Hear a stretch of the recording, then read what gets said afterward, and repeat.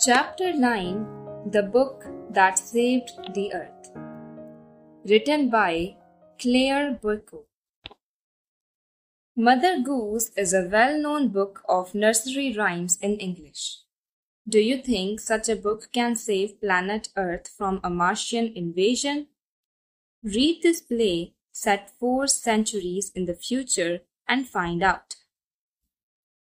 Characters: Historian, Great and Mighty Think Tank, Apprentice Noodle, Captain Omega, Lieutenant Iota, Sergeant Hope, Offstage Voice. Scene 1. Time: the 25th century. Place: the Museum of Ancient History, Department of the 20th century on the planet Earth. Before rise. Spotlight shines on historian who is sitting at a table down right on which is a movie projector. A sign on an easel beside her reads, Museum of Ancient History, Department of the 20th Century. She stands and bows to audience. Historian: Good afternoon. Welcome to our Museum of Ancient History and to my department, Curiosities of the Good Old Far-Off 20th Century. The 20th century was often called the era of the book. In those days, there were books about everything, from ant-eaters to Zulus. Books taught people how to, and when to, and where to, and why to. They illustrated, educated, punctuated, and even decorated. But the strangest thing a book ever did was to save the earth. You haven't heard about the Martian invasion of 2040? What do they teach children nowadays?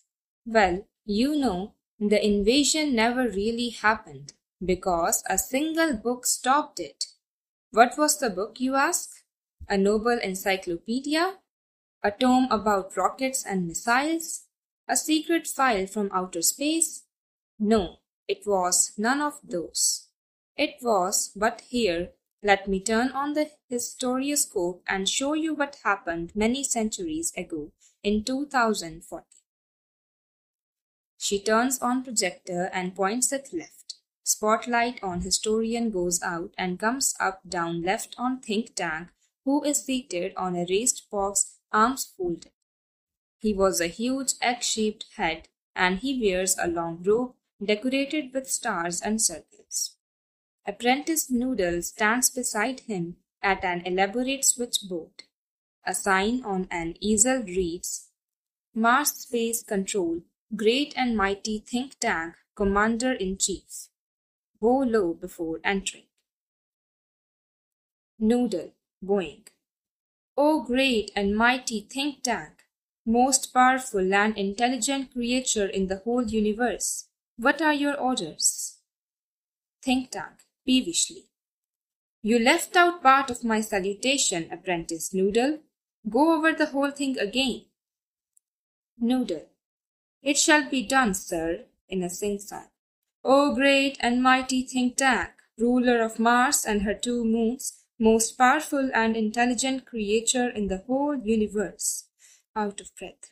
What are your orders? Think tank. That's better, Noodle. I wish to be placed in communication with our manned space probe to that ridiculous little planet we are going to put under our generous rulership. What do they call it again? Noodle. Earth, your intelligence. Think tank. Earth, of course. You see how insignificant the place is? But first, something important. My mirror. I wish to consult my mirror. Noodle. It shall be done, sir. He hands Think Tank a mirror. Think Tank. Mirror, mirror in my hand. Who is the most fantastically intellectually gifted being in the land? Offstage voice after a pause. You, sir. Think tank, smacking mirror. Quicker, answer quicker next time. I hate a slow mirror. He admires himself in the mirror. Ah, here I am. Are we Martians not a handsome race? So much more attractive than those ugly earthlings with their tiny heads. Noodle, you keep on exercising your mind and someday you'll have a balloon brain just like mine. Noodle. Oh, I hope so, mighty think tank. I hope so. Think tank. Now, contact the space probe. I want to invade that primitive ball of mud called Earth before lunch. Noodle. It shall be done, sir. He adjusts levers on switchboard. Electronic buzzes and beeps are heard as the curtains open. Scene 2. Time, a few seconds later. Place, Mars Space Control and the Centerville Public Library. At Rise, Captain Omega stands at center, opening and closing card catalog drawers in a confused fashion. Lieutenant Iota is up left, counting books in a bookcase. Sergeant Oop is at right, opening and closing a book, turning it upside down, shaking it, and then riffling the pages and shaking his head. Noodle, adjusting knobs. I have a close sighting of the space crew, sir. Think Tank puts on a pair of enormous goggles and turns towards the stage to watch. They seem to have entered some sort of Earth structure. Think Tank. Excellent. Make voice contact. Noodle, speaking into a microphone. Mars Space Control calling the crew of Probe 1. Mars Space Control calling the crew of Probe 1. Come in, Captain Omega, and give us your location. Omega, speaking into a disc which is on a chain around her neck. Captain Omega to Mars Space Control, Lieutenant Iota, Sergeant Oop, and I have arrived on Earth without incident. We have taken shelter in this, indicates room, this square place. Have you any idea where we are, Lieutenant Iota? Iota. I can't figure it out, Captain. Holding up a book. I've counted 2,000 of these peculiar items. This place must be some sort of storage barn. What do you think, Sergeant Oop? Oop. I haven't a clue. I've been to 7 galaxies, but I've never seen anything like this. Maybe they are hats. He opens the book and puts it on his head. Say, maybe this is a haberdashery. Omega, going low. Perhaps the great mighty think tank will give us the benefit of his thought on the matter. Think tank. Elementary, my dear Omega. Hold one of those items up so that I may view it closely. Omega holds a book on the palm of her hand. Yes, I understand now. Since Earth creatures are always eating, the place in which you find yourselves is undoubtedly a crude refreshment stand. Omega, to Iota and Oop. He says we are in a refreshment stand. Oop. Well, the Earthlings certainly have a strange diet. Think Tank. That item in your hand is called a sandwich. Omega, nodding. A sandwich. Iota, nodding. A sandwich. Oop, taking book from his head. A sandwich? Think Tank. Sandwiches are the main staple of Earth diet. Look at it closely. Omega squints at book. There are 2 slices of what is called bread, and between them is some sort of filling. Omega. That is correct, sir. Think Tank. To confirm my opinion, I order you to eat it. Omega, gulping. Eat it? Think Tank. Do you doubt the mighty think tank? Omega. Oh, no. But poor Lieutenant Iota has not had her breakfast. Lieutenant Iota, I order you to eat this sandwich. Iota, dubiously. Eat it? Oh, Captain, it's a very great honor to be the first Martian to eat a sandwich, I'm sure, but how can I be so impolite as to eat before my sergeant? Handing Oop the book and saying brightly, Sergeant Oop, I order you to eat the sandwich immediately. Oop, making a face. Who, Lieutenant? Me, Lieutenant? Iota and Omega saluting. For the glory of Mars, Oop. Oop. Yes, of course, unhappily. Immediately. He opens his mouth wide. Omega and Iota watch him breathlessly. He bites down on a corner of the book and pantomimes chewing and swallowing while making terrible faces.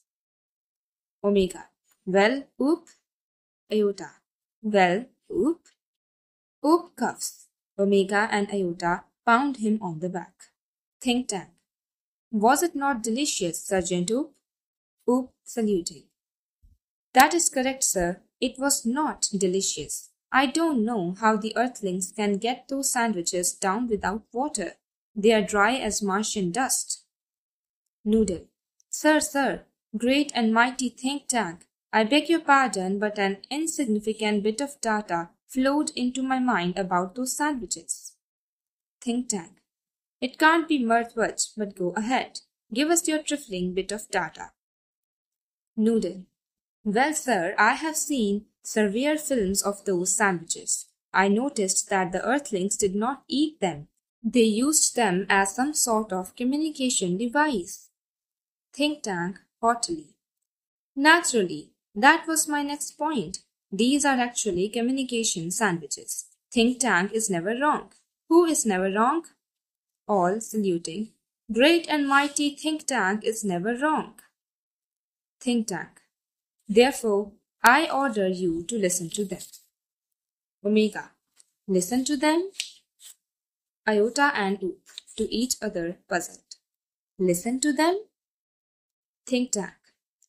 Do you have marbles in your ears? I said, listen to them. Martians bow very low. Omega. It shall be done, sir. They each take 2 books from the case and hold them to their ears, listening intently.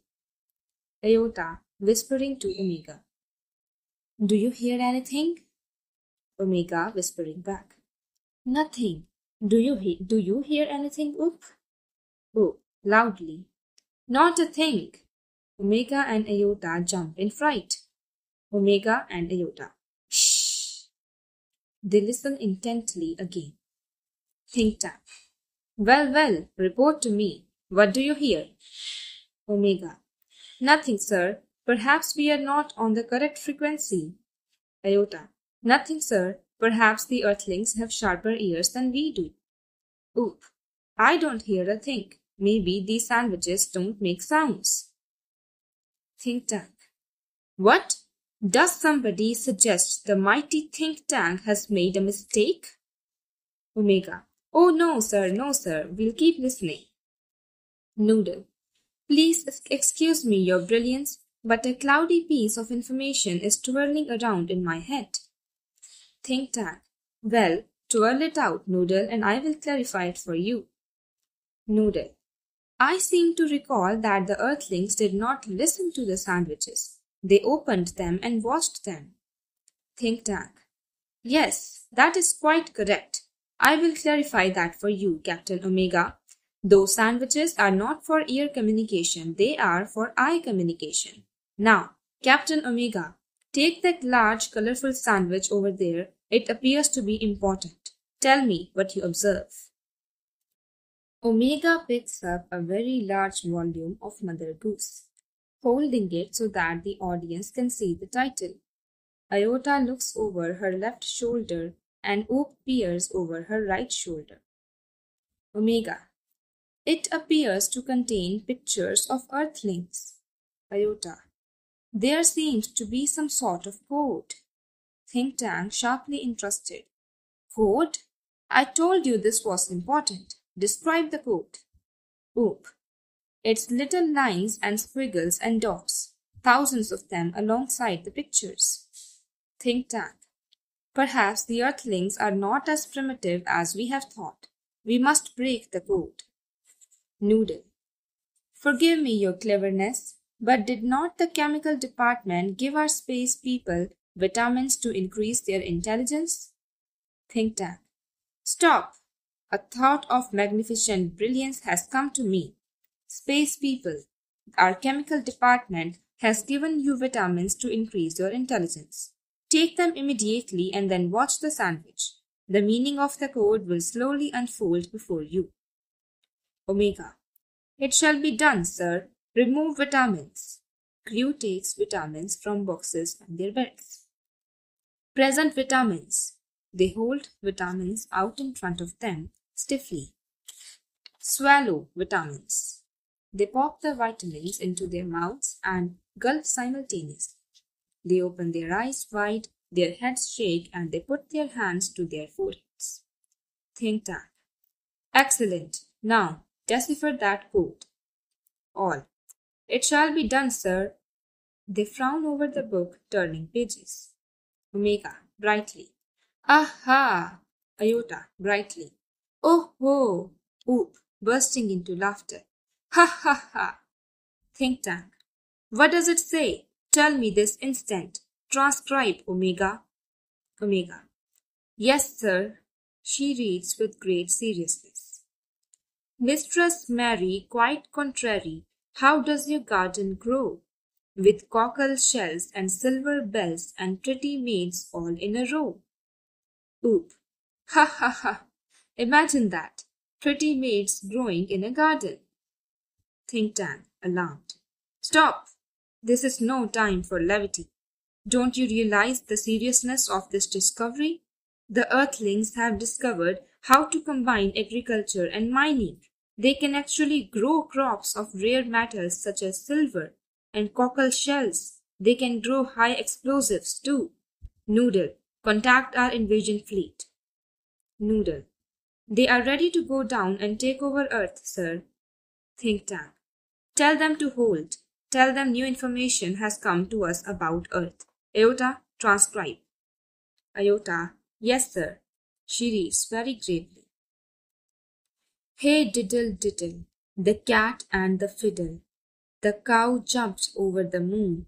The little dog laughed to see such sport, and the dish ran away with the spoon. Oop, laughing. The dish ran away with the spoon.